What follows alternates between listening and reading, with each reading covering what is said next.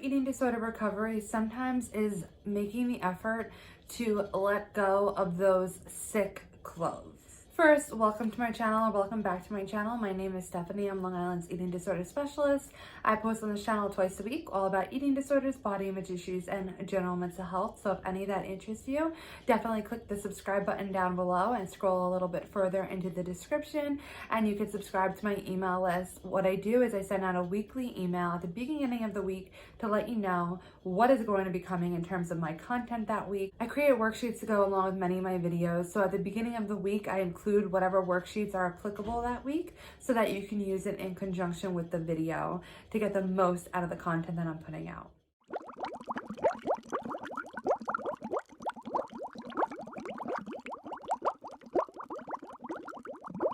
This video was a request about how can we work on getting rid of those sick clothes. And what that means, if you are unfamiliar, if you've struggled with an eating disorder, even though it is a mental health disorder, sometimes there are physical consequences. And alongside that, sometimes weight loss is a product of that. So what happens in that recovery process then is usually weight restoration needs to occur, meaning that weight restoration is getting to the point where your body really should be at to be at its most optimal health. And that usually involves then weight gain. So then you don't really fit into the clothes that you had when you had lost all the weight due to your disorder. And we usually refer to them as sick clothes because those were the clothes that you had when you were sick that were not meant for you in a healthy body, and they are not really anything conducive to a healthy lifestyle because you cannot fit in those clothes anymore if you're going to be healthy, and if you are going to fit into those clothes anymore, you are not healthy. And that's really important to be mindful of. So what's really important in recovery, and this is a task that usually comes later on because a lot of people like to hold on to that, and that is a little bit of, it's very much holding on to the eating disorder.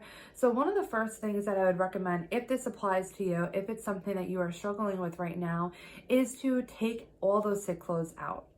You might really feel lethargic about the size that it is. You might really wish that you could fit into it again. You may have all these thoughts and feelings come up, and it's okay, it's expected. However, I want you to ask yourself and reflect, what is it exactly that I'm holding on to? Why is it that I feel the need to hold on to these clothes that represent a time where I was in a really sick point in my life? What is it? And just allow those thoughts to come and allow those thoughts to occur and really just recognize them. Your eating disorder, whether or not you want to recognize it as such, it played a function in your life.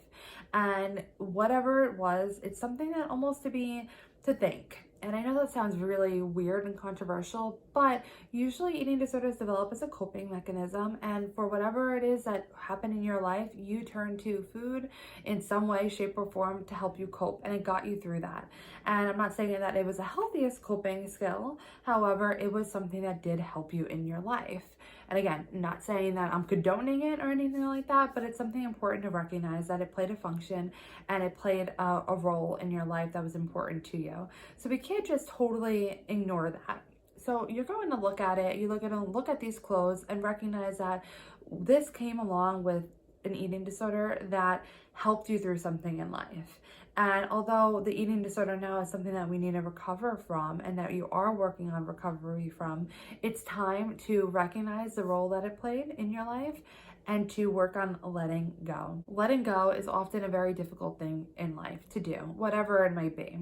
So letting go of your sick clothes is really a hard task because you are letting go of the physical representation, the tangible item that ties you to your eating disorder.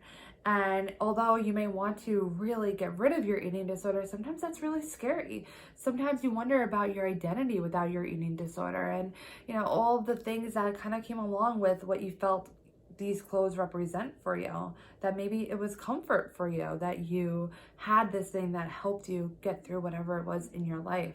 You had your eating disorder, and again, these pants or these clothes are the physical representation of whatever function that your eating disorder served for you.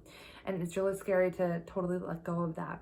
So I really like the Marie Kondo method, and I think it can be really helpful in terms of letting go of sick clothes. So if you don't know about the Marie Kondo method, Marie Kondo is a Japanese, I guess, organizer, and she is very much about tidying up. She wrote the book, The Life-Changing Magic of Tidying Up, and one of the things that she really talks about, and I believe the entire concept is to declutter your physical belongings, and there's a method to doing so that is really positive for our mental health. So I'm going to explain how this could really apply for the for your clothes, for the sick clothes. I want you to take out your sick clothes, lay them out, and what Marie Kondo suggests with regards to anything that you're letting go of is to take up each item, and again, going back to that, recognizing what function it played for you and thank it for that. Say thank you for representing to me a time that, even though it wasn't the best time of my life, and even though that it was disordered, you still were what kept me clothed, or you still were the physical representation to me of that comfort that I felt, even if it was in a disordered way. So thank that item. And I know that sounds a little silly and a little weird, but that's okay. Just do it and say thank you for whatever, or you could just say merely thank you. And then you're going to put that item in a donation box, or you could bring it into your therapist, or you could burn them, whatever the heck you want to do with it. Whatever you feel is going to give you the most catharsis, absolutely go ahead and do that. So sometimes what I'll do is I will have my clients, if they feel really hard, like strongly about letting go of these items, I'll have them bring the item in, bring the clothing in, and I could say, you can either take this home with you, that is your absolute choice, or I could go ahead and donate them for you. And that's something that I will do if that's what they feel is going to be the best for them, and they can do it too. They can absolutely be the ones to bring into the donation as well. Sometimes it feels better to donate it because you know that it's going to be going for a good cause, but other times it feels really cathartic to put it in I don't know, wastebasket that is fire safe, and burn it. And whatever it is that you want to do, if you have a fire pit, whatever you feel is going to be the most cathartic for you, whatever is going to really give you that feeling of letting go. And then you're going to have probably some emotions come up for that. You're probably going to feel some sadness, some anxiety, some worry. There's going to be a lot of mixed emotions with that. And that's when it's really important to talk to your therapist about the feelings that come up.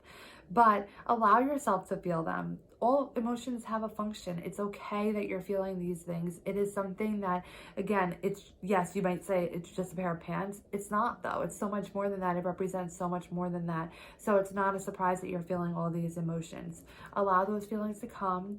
And even if you feel like it's going to be helpful for you, write a goodbye letter to it. And write a goodbye letter to those pants that represent your eating disorder. Write a goodbye letter to your eating disorder.